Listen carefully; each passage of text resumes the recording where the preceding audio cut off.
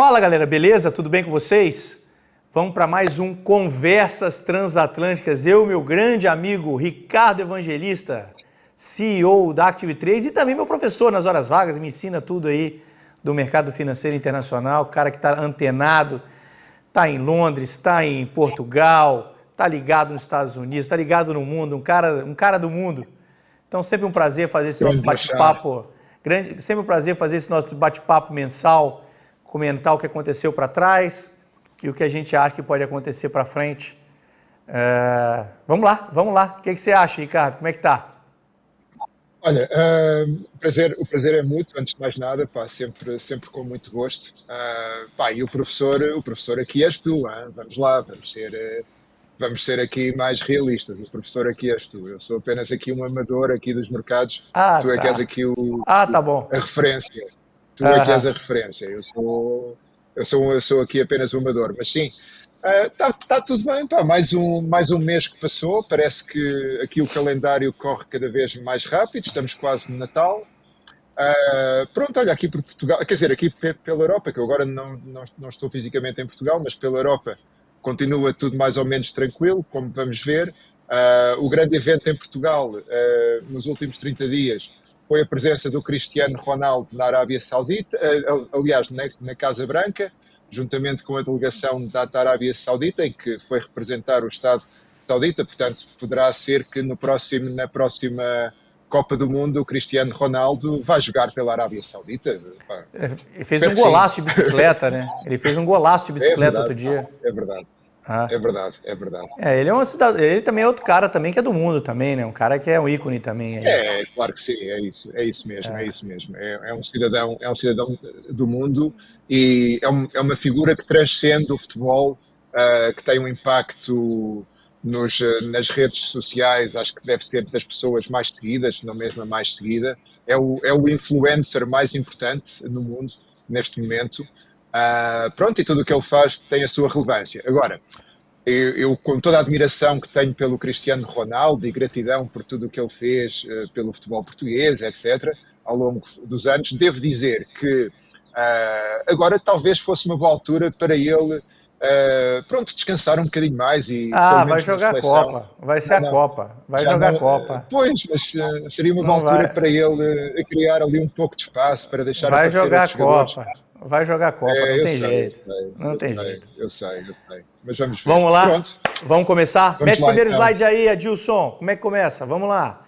Vamos começar pela Europa. Então é o Ricardo que começa tocando.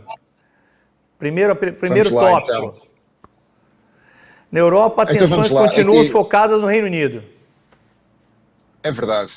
Aqui o Reino Unido, pronto, eu estou fisicamente agora no Reino Unido.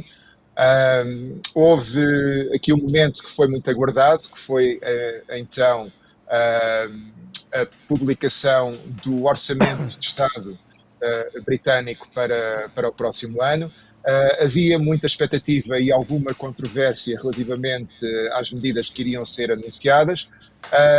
O governo, que é o governo do Partido Labour, portanto um partido de centro-esquerda, tinha no seu manifesto eleitoral prometido não subir os impostos.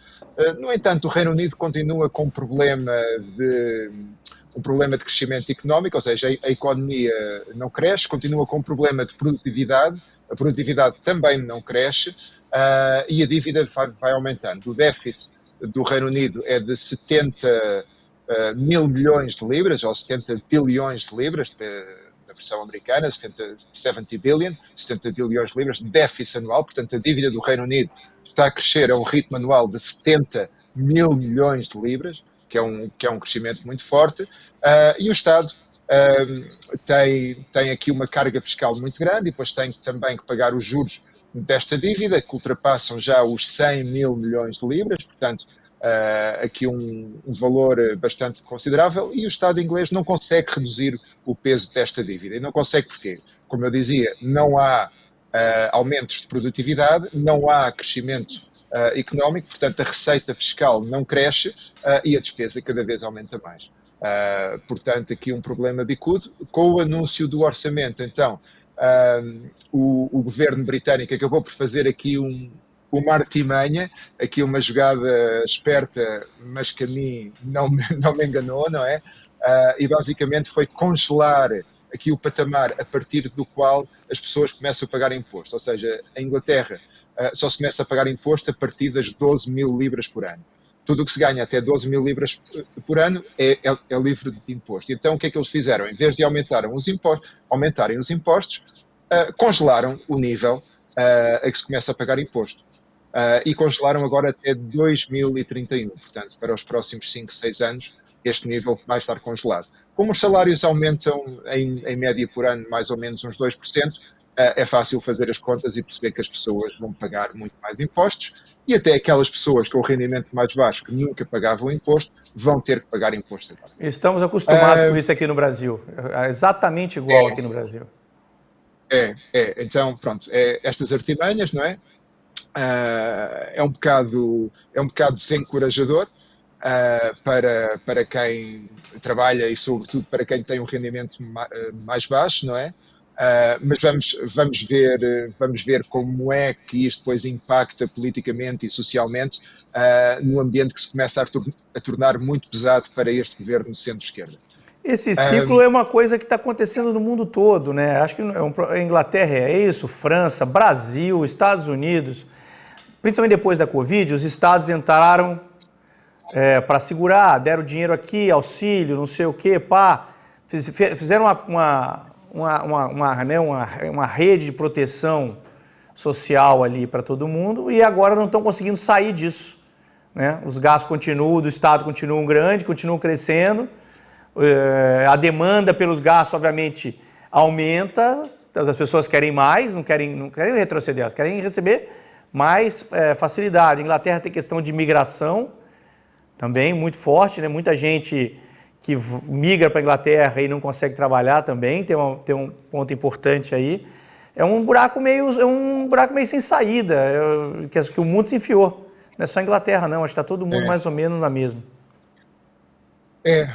Há um problema com o Estado Social, e o problema é que, por exemplo, em Portugal, quando o Estado Social foi implantado através das reformas para os pensionistas, da saúde gratuita no ponto de entrega, acho que em média havia 9 pessoas que contribuíam para cada uma que recebia. E agora, devido ao envelhecimento da população, mudanças demográficas, neste momento há 3 pessoas que contribuem para cada que recebe. Portanto, não é difícil fazer as contas, não é? E penso que existe uma situação parecida também noutros países, com o envelhecimento da população. O Brasil é pior do que isso. O Brasil é bem pior do que isso. Eu não tenho os números aqui agora, eu vi os números ontem. Tem coisa de 10 ou 15 milhões de pessoas que estão registradas na CLT, né, no setor privado. 10 ou 15 milhões, no país de 220 milhões de pessoas, faz a conta. Uau. Uau. Sim.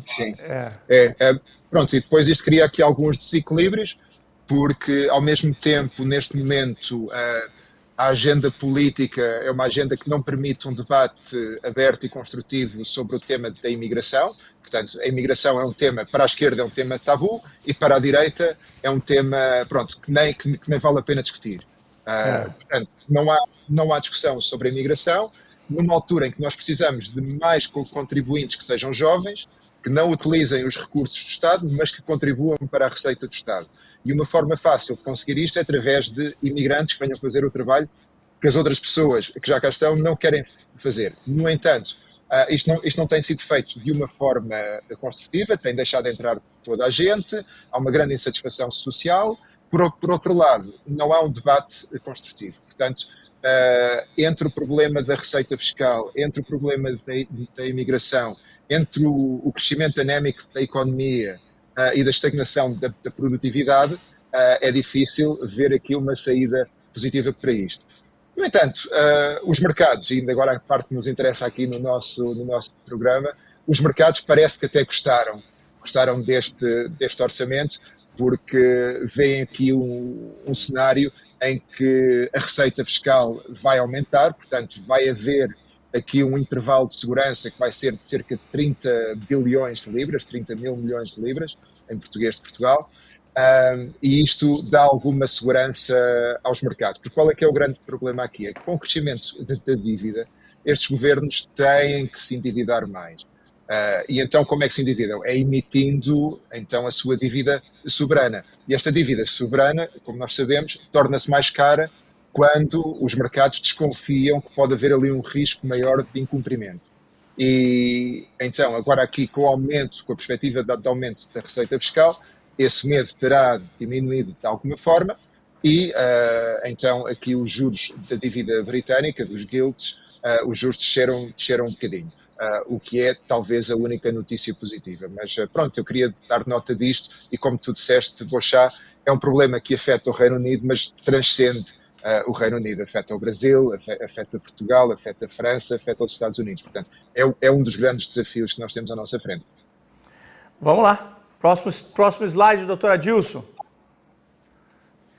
Já vamos direto para lá, para o Trump. O preço do petróleo cai em agosto e as perdas já vão em mais de 15%. O que esperar?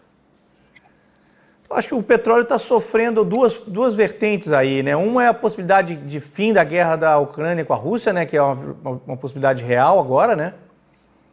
A movimentação diplomática muito grande que a gente tem visto aí nos últimos dias. Isso, obviamente, dependendo de como terminar, o petróleo russo volta com força, então teremos sobra de petróleo no mercado, provavelmente, acho que é o primeiro ponto. E o segundo ponto, que talvez a economia mundial não esteja tão bem assim, né? Acho que talvez, principalmente os dados da China, que são dados que a gente não dá para confiar, principalmente a China, talvez ela não esteja tão bem assim. Acho que são os dois pontos principais que eu enxergo. O que você vê mais diferente, Ricardo? Eu acho que o petróleo, a perspectiva para o preço do petróleo é uma perspectiva para baixar mais. Eu estou de acordo contigo, porque tem havido um crescimento da oferta do petróleo, ou seja, os países da OPEP acabaram com aqueles limites à produção que eles tinham imposto, ou seja, aumentaram a sua capacidade de produção. Ao mesmo tempo, temos assistido a um crescimento da procura que tem ficado abaixo do que era esperado. Ou seja, é uma situação clássica de mercado em que a oferta excede a procura, logo o preço tem tendência a baixar. E como tu disseste, se confirmar agora esta perspectiva de uma solução para a guerra na Ucrânia, é possível que o petróleo russo reentre no mercado mainstream, digamos assim, e isso vai aumentar ainda mais a oferta e poderemos ver cair aqui o preço do petróleo ainda para níveis mais baixos do que aqueles em que já está. Fato. Próximo ponto, Adilson. Só se fala da bolha dos mercados, mas só se pode chamar bolha quando ela arrebenta. Até lá é um bull market, certo? E aí? Só sobe? Pois, é assim, toda a gente tem falado aqui dos perigos de haver uma bolha nos mercados de ações, sobretudo nos Estados Unidos, no Nasdaq, haver ali preços muito inflacionados, sei lá, da Nvidia, da Oracle também. Pronto, as valuations, nem sei como é que se diz em português aí do Brasil, mas pronto, valuation, as avaliações que se fazem. Valuation, A valuation, pronto, atinge em alguns casos 25, em outros até 50 vezes os resultados anuais, não é? Portanto está muito acima daquilo que é a ortodoxia dos mercados. No entanto, as pessoas continuam a apostar, talvez tendo aquilo que os americanos chamam o FOMO, que é o Fear of Missing Out, ou seja, o medo de perderem este comboio, não é? Da inteligência artificial, e as pessoas continuam a apostar nesta tecnologia, e o medo aqui é que de repente haja algum problema no mercado, haja alguma falta de liquidez, por exemplo, ou haja algum incidente com uma destas grandes empresas que dê origem aqui a um medo e que desse medo resulte o pânico e que toda a gente tente sair ao mesmo tempo, e quando toda a gente tenta sair ao mesmo tempo, não há compradores, não havendo compradores, o preço vai caindo a pique e é assim que rebenta uma bolha, não é? É um pouco aquilo que aconteceu em 2000. Mas eu não sei, é assim, aqui a grande questão a meu ver, nem é se, a questão é quando. Quando é que isto vai acontecer? Eu não sei o que é que tu achas aqui, Boixá. Cara, guarda muito todos os movimentos de mercado, quando o mercado vira moda, né? Esses movimentos, eles têm, obviamente, um momento que vai ter algum ajuste de preço. Pode ser agora, pode ser daqui a mais alguns pontos para frente aí no Nasdaq e tal, como aconteceu com o estouro, com a crise da Nasdaq lá atrás, nas empresas.com.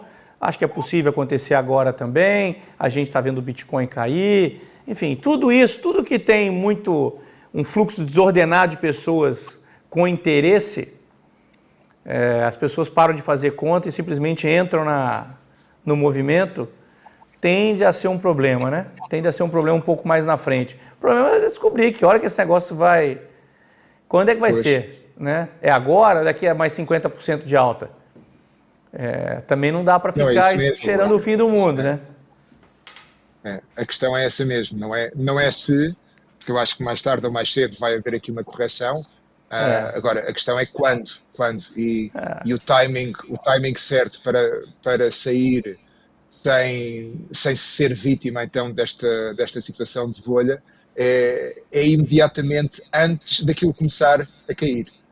Tem um cara que é o Nouriel Roubini, né? Esse cara passou 40 anos falando que o mundo ia acabar. Aí quando chegou na crise em 2008, o mundo acabou. Aí falou, tá vendo? Eu falei.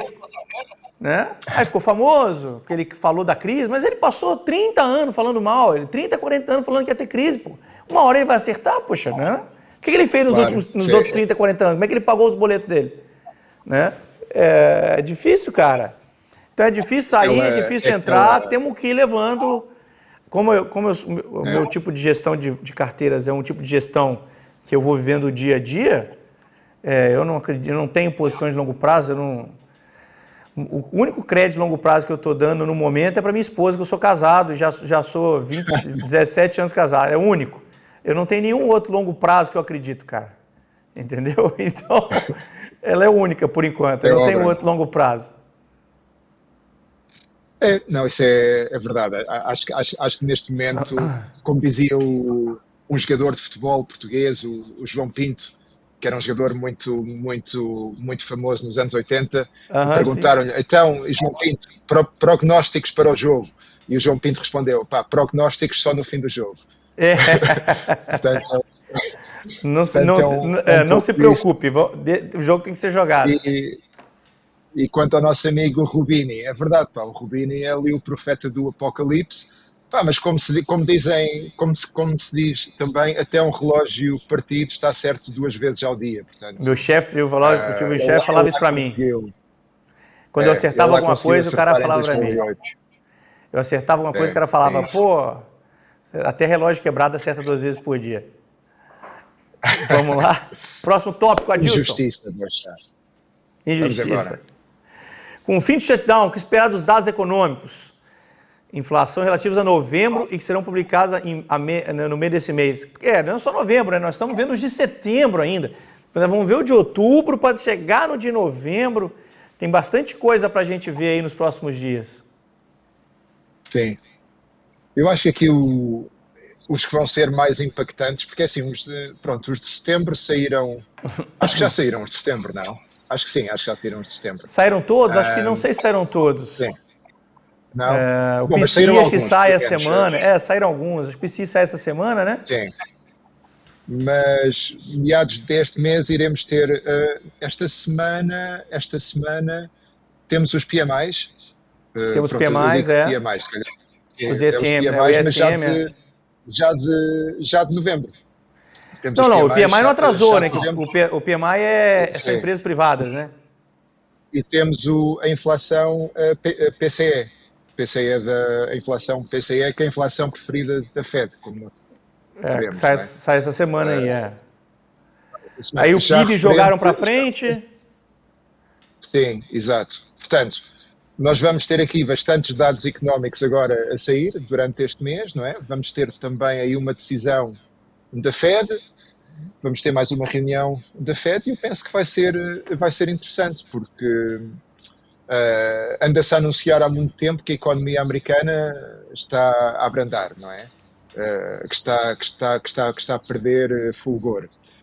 E pronto, isso depois oferece mais suporte a um cenário bearish para a Fed, em que a Fed corta juros em dezembro, mas depois continua a cortar em 2026 e corta pelo menos mais 3 vezes em 2026, não é? Pronto, este é o cenário bearish. Mas eu acho que muita da probabilidade deste cenário se tornar verdadeiro reside então nos dados que vão sair este mês. Porque se os dados que saem este mês, relativos aos meses período, anteriores, né?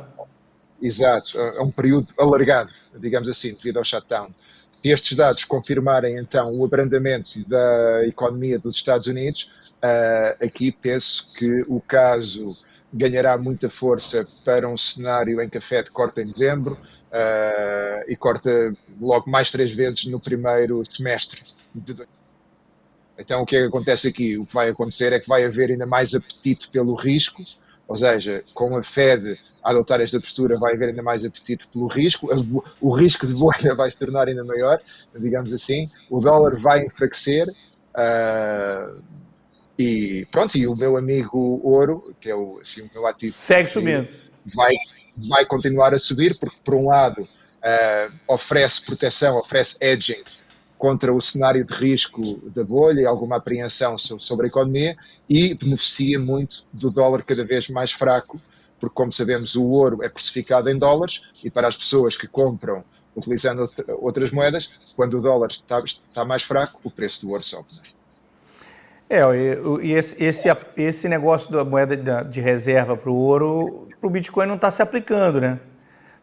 Depois a gente volta, não. Mas é que o Adilson já botou ali o primeiro, o Fed vai cortar juros em 1 de dezembro, acho que vai, né? 1,25 ali deve ir, né? Eu acho que o mercado está meio que precificando isso aí, está caminhando para isso. Eu acho que deve ser 1,25 na próxima aí, com os dados que a gente tem até o momento. Tem coisa que vai sair só depois do dia 10, então acho que não vai dar nem tempo de sair muita coisa para mudar essa dinâmica aí até o dia 10 de dezembro. Então acho que o corte está meio que precificado. E esse negócio do ouro subir como reserva, obviamente o juro caído americano, poxa, o ouro tem que subir, e o Bitcoin não vai, né? O Bitcoin é um momento mais dramático ali. O que é que se passa com o Bitcoin, né? O que é que se passa com o Bitcoin? O Bitcoin, eu tinha até uns 2 ou 3 meses, em setembro, em agosto, eu tenho um amigo que é fissurado, assim, é um dos primeiros caras que falou de Bitcoin para mim na vida. Ele comprou Bitcoin quando estava, sei lá, $100 ele comprou. O cara mora na Espanha. Encontrei com ele em agosto. Em agosto eu já achava que o preço estava muito parado. Que eu lembro de conversar com ele. Falar, pô João, cara, já era para ter subido, né? O ouro subiu, tudo subiu. O Bitcoin não foi, ele ficou parado naquela faixa ali de 115 mil, 120 mil dólares. Você acha? Não, Bitcoin é para comprar sempre, realmente, agora, porque tem o halving, tem não sei o quê, tem aquele monte de coisa que eles falam ali, né?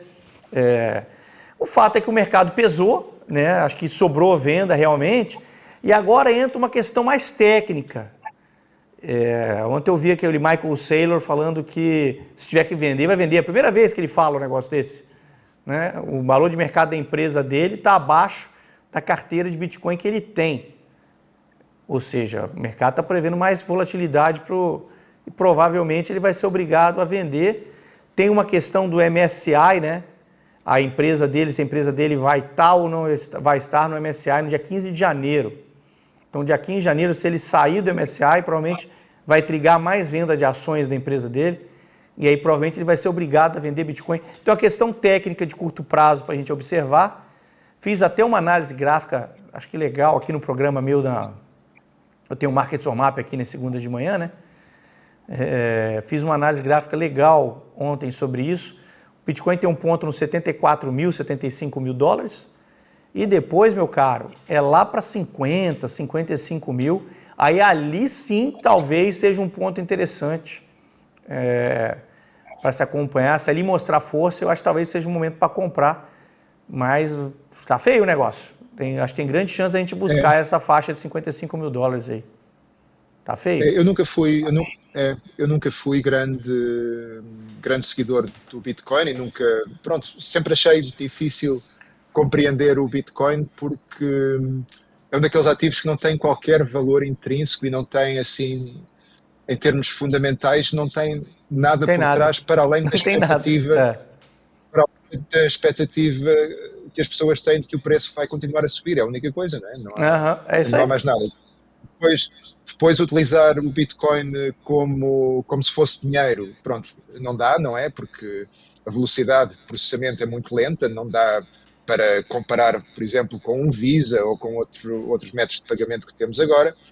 Ah, e como reserva de valor, há um ativo que tem esta volatilidade, que no espaço de 1 ou 2 meses perde 40 mil dólares de valor, não é? Perde basicamente, sei lá, 25% do seu valor.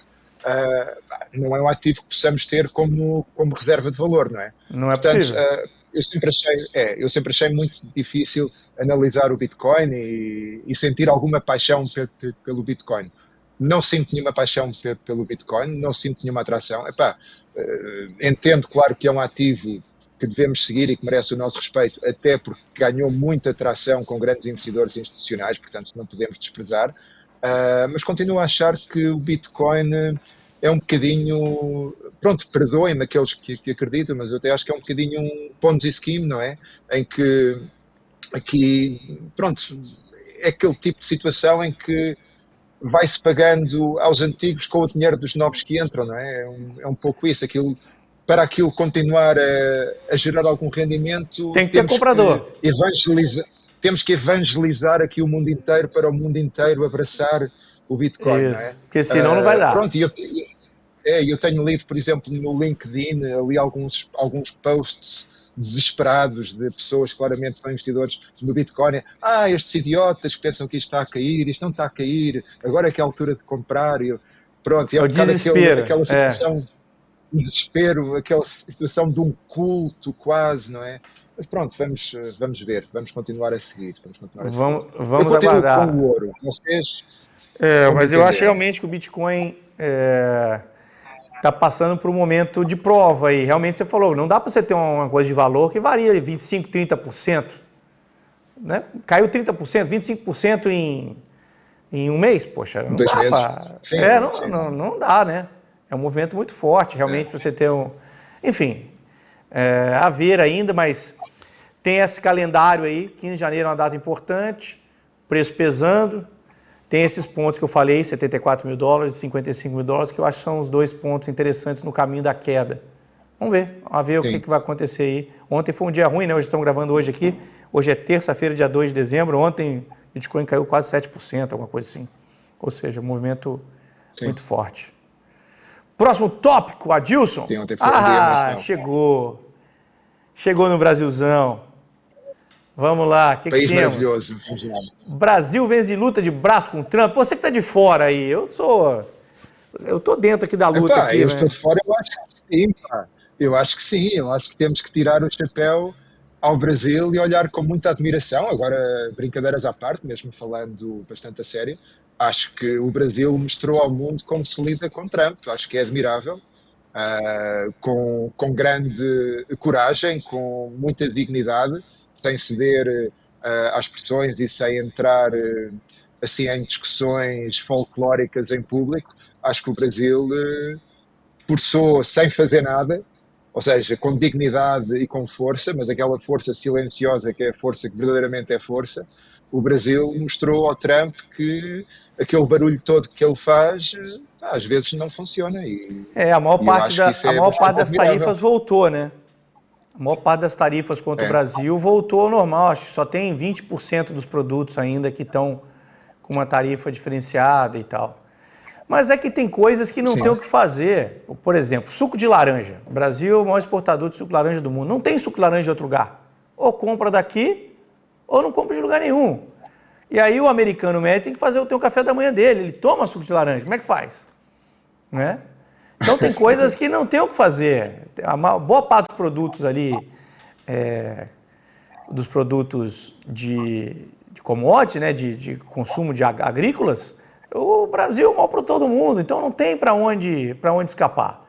Então, eu acho que foi mais ou menos isso. Tentou dar um peitaço e tal, não sei o quê, papapá, e aos pouquinhos está voltando a onda ali, voltando a onda.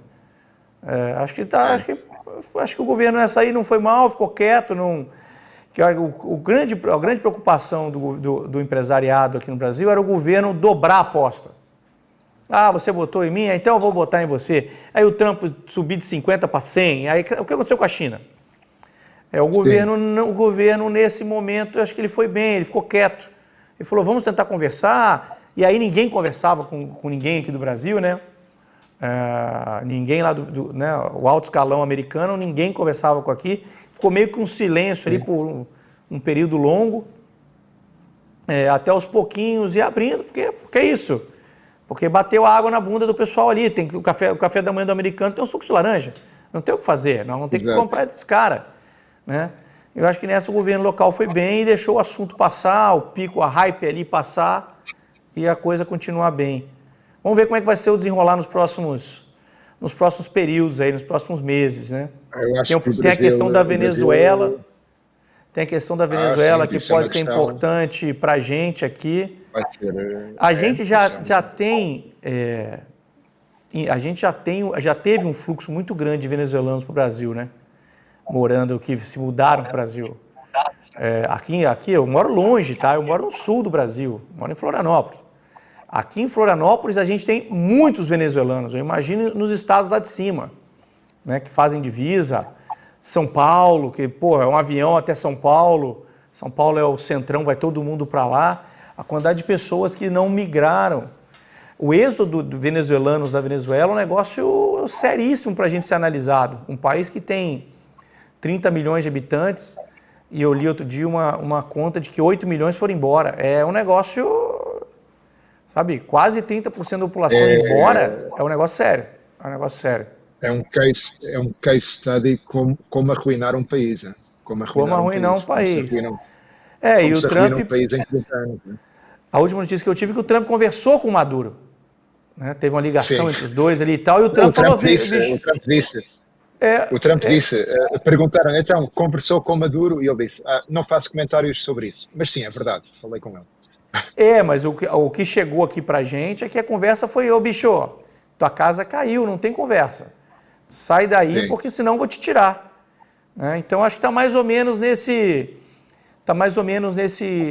pé a questão da Venezuela. E, obviamente, se o cara não tem nada a perder, né? Dependendo de como for feita a retirada dele do processo, poxa, já que ele está ferrado, ele vai até as últimas consequências, né? Eu acho que o risco para o Brasil, mas também para globalmente, digamos assim, o risco é que não seja assim tão fácil como se pensa, não é? Portanto, imaginando um cenário em que há uma invasão ou um ataque terrestre também, com meios aéreos, meios terrestres, ou seja, com soldados com botas no terreno, digamos assim, não é? Botas americanas na Venezuela. Eu acho que ali não é tão líquido que aquilo vai correr bem. Não é mesmo. Não, é um negócio... A Venezuela é um país, é uma ditadura militar, é um país... os caras têm exército. Tem exército, pô. Eles têm exército e têm milícias populares e aquilo acho que não vai ser fácil, a menos que o Maduro e a sua entourage decida fugir. Se ele foge, pronto, aí tudo bem, pronto. Surge outra figura da oposição. Eu não acho que vai acontecer eu não acho que vai ser tipo o Saddam Hussein, entendeu? Dos caras entrarem com o exército e vão invadir e tal. Eu acho que vai ser um negócio meio tipo Irã. Eles vão pegar um drone ali, pau, cirúrgico, pum, esse cara morreu, acabou. Eliminamos esse cara, entendeu? Eliminamos esse cara e aí vai ter que ter como é que vai ser a sequência do negócio, como é que vai ser a recomposição de governo, sabe? Sim. Vai ficar a Venezuela bagunçada, né? País sul-americano, é bagunçado ali e tal. Sim. Como é que vai ser isso? Como é que vai ser essa sequência? Eu acho que tem tudo para ser um negócio meio Irã.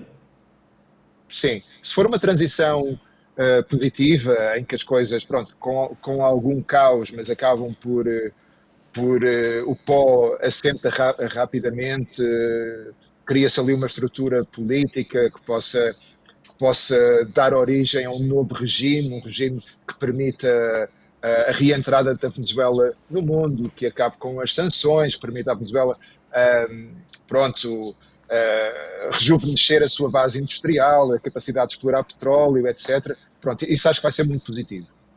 E até mesmo para o Brasil é positivo. Agora, o cenário, depois o outro lado da moeda, é um cenário o mais negativo possível, em que acaba por acontecer ali um conflito, e é um conflito depois que se torna um conflito alargado, não é?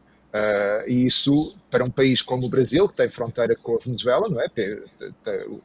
É que eu não acredito que os países em volta vão entrar junto, né? Se o Trump, se os Estados Unidos tacar a Venezuela... Mas vão ter... Não, isso não. Mas aí você vai ter fluxo de pessoas, né? Tens refugiados, tens depois os mercados negros, tens a criminalidade que sobe e que é sempre exportada.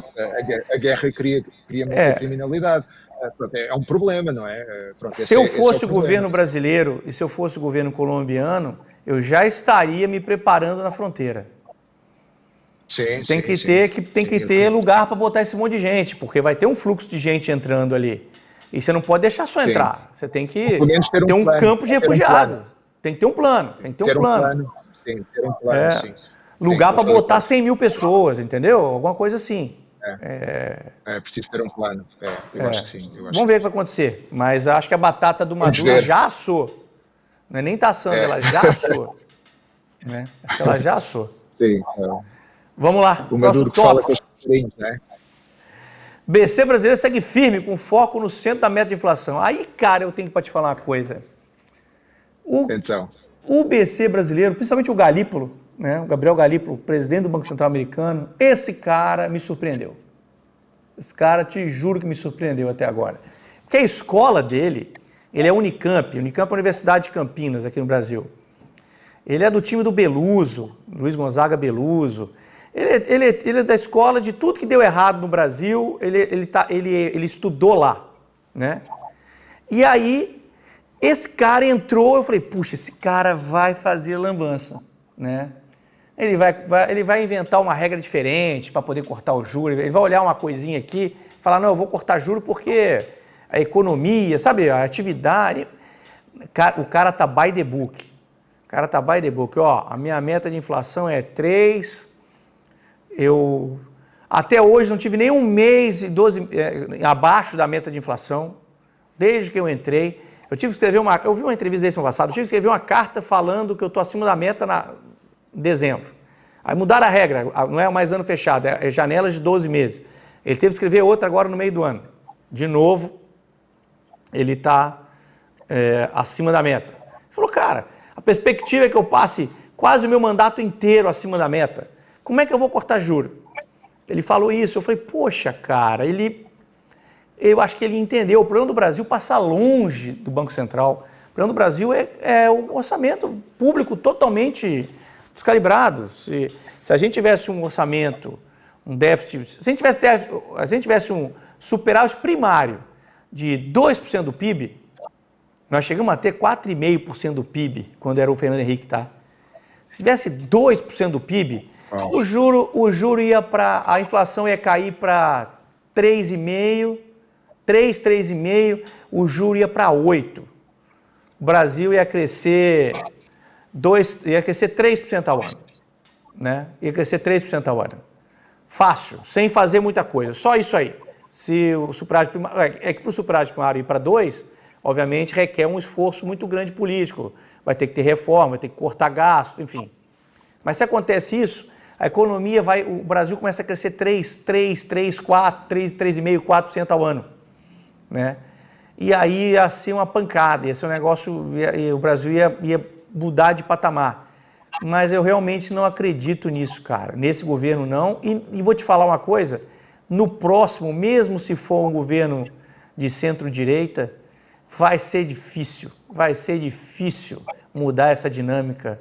Por conta de tudo isso que a gente está vendo no mundo inteiro aí, o Brasil é mais um capítulo dentro dessa salada que está rolando no mundo inteiro.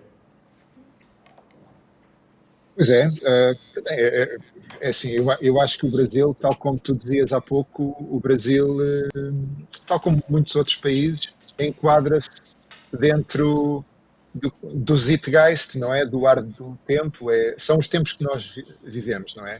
Mas é de facto, epá, é positivo, eu acho que é positivo ter, com um background de expectativa aqui de que as coisas fossem mais desorganizadas e mais hum, influenciadas pela política, que o governador do Banco Central brasileiro mantém-se fiel aí à ortodoxia, não é? Não, tá, E cara, tá acho que isso é brilhando. bastante Me positivo. surpreendeu, me Acho que isso surpreendeu. é bastante positivo. O negócio da rede social, né, de proteção que a gente comentou, no Brasil virou um negócio cruel, porque o cara ele ganha o Bolsa Família, né, que é o auxílio do Estado para ele.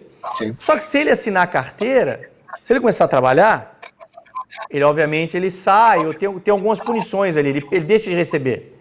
Então ninguém quer ter a carteira assinada, entendeu? Ninguém quer ser funcionário registrado. O cara quer ficar de bico. Faço aqui, eu sou motoboy, eu faço entrega, aí eu limpo um terreno, aí eu, sabe? Não tem mais uma projeção profissional de carreiras, as pessoas não querem. Então, o ramo de supermercado, por exemplo, que o cara abre 6 dias por semana, ninguém quer. Está uma dificuldade grande para os supermercados contratarem mão de obra. Tem setor de construção civil. Pô, o cara tem que trabalhar lá no setor de construção civil. Eu vi uma entrevista essa semana com um dono de uma construtora lá em São Paulo. Ele falou, cara, a minha mão de obra está envelhecendo. Eu tenho meu pedreiro. O meu pedreiro, ele é um cara bom, ele está trabalhando para mim. O filho dele não quer ser o pedreiro. Entendeu? O filho dele vai fazer... Ele fica no Bolsa Família ou então... Ele não quer trabalhar com aquilo. Então a mão de obra está envelhecendo, não tem recomposição. Dificuldade muito grande de formação de mão de obra. Então a gente provavelmente terá algum gargalo de mão de obra logo ali na frente, né? Logo ali na frente, não muito distante. Porque ele falou, cara, não é difícil, você entra na minha obra, você vê um monte de cara com cabelo branco trabalhando, cara de 50 anos, sabe? Eu já estou com 48, tenho mais cabelo branco aqui, tem poucos aqui no vídeo, parece, mas tem bastante cabelo branco. Olha, não se nota. Não, mas não se nota. Não, mas tem sim. Aqui o vídeo está me ajudando. Se chegar de perto aqui, dá para ver que tem mais. Não, eu não dá para esconder, infelizmente. Então, eu achei isso interessante e eu acho que é uma consequência direta do que aconteceu no Brasil nos últimos 20 anos aí, com relação a essa questão do auxílio do Bolsa Família aqui no Brasil. Família. Muito bem. Próximo ponto, temos mais pontos, Adilson? Qual é o próximo? E aí, eu acho que esse é o último ponto, né? A questão dos Correios. Não sei se você está acompanhando a questão dos Correios aqui no Brasil. Olha, esta estou com muita curiosidade para que tu nos expliques, porque eu não sei. Este não tenho acompanhado. O que tem acontecido no Brasil é o seguinte. Aconteceu no Brasil é o seguinte. As estatais federais afundaram os resultados depois do novo governo assumir. O Banco do Brasil, o resultado caiu bastante, Petrobras está se segurando ali, o Banco do Brasil caiu bastante, estatais de uma maneira geral, e os Correios, que já vinham, é uma empresa estatal também, que já vinham balançando, né, para falar o mínimo, os Correios já vinham num processo ruim, durante o governo Bolsonaro respiraram, durante Temer e Bolsonaro respiraram e tal, 22 já teve resultado negativo, dali para frente afundaram, tem problema tanto na empresa quanto no fundo de pensão, com Postales, teve vários casos de corrupção endêmica dentro, vários casos noticiados de desvio de dinheiro, enfim, você tem 2 pontos ali muito complicados, a empresa quebrada. O Correios é uma empresa quebrada, falida. Não faliu ainda porque é um serviço do Estado e o Estado fica ali, até o partido do governo manter o discurso, né, de que, poxa, temos que ter e tal. Tá ali. Aí o que fizeram os gênios? Os gênios fizeram agora na semana. dentro do esforço fiscal brasileiro, as estatais fazem parte obviamente, se elas têm resultado, elas contribuem para o superávit, ou para diminuir o déficit, ou para o superávit primário, contribuem para o orçamento. E quando tem prejuízo, o Estado tem que ir lá e botar dinheiro. Só que o Estado não pode botar dinheiro por causa da lei de responsabilidade fiscal, enfim, por tudo que acontece dentro. Né? O Estado não pode simplesmente ir lá e capitalizar a empresa, né? Porque ele vai ter que tirar dinheiro de algum outro lugar, dentro do orçamento. Ele tem que tirar dinheiro da saúde, da educação, da previdência, para poder, né, da máquina pública, para poder botar um dinheiro. Aí o que os gênios do governo fizeram? Foram ao mercado e falaram ao mercado, o Correio vai tomar um empréstimo de 20 bilhões de reais, tá? Não é 1 bilhão, 500 milhões, não. 20 bilhões de reais, que equivale hoje aí a uns 3 para 4 bi de dólar, né? De dólar. Com garantia do Tesouro Nacional. Ou seja, o Tesouro Nacional garante, se der pau, o Tesouro Nacional paga. Ou seja, nada mais é do que o governo botando dinheiro. Aí, obviamente, os bancos falaram, não, uma coisa é emprestar para o Tesouro Nacional, outra coisa é emprestar para o Correio. Eu vou emprestar 136% ou 140% do CDI. O CDI é a taxa, é o Selic. A taxa da Selic, da economia, que é 15%. E o Selic é 15%, estamos a falar tipo a 35%, então. 135% dessa taxa, ou seja, nós estamos falando que foi um empréstimo perto de 20% ao ano. 20% ao ano. Isso. Então, você vai botar 20 bi, ao final do primeiro ano já são 24, ao final do segundo ano já são, e é exponencial, já são quase 30, entendeu? Olha o tamanho do problema que esses caras estão arrumando. Olha o tamanho do problema.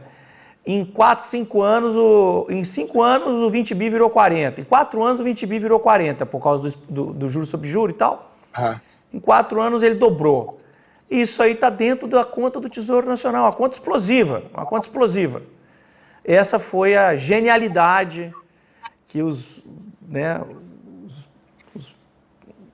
gênios, a equipe econômica fantástica, muito bem assessorada, junto com a diretoria do Correios também, uma equipe brilhante também,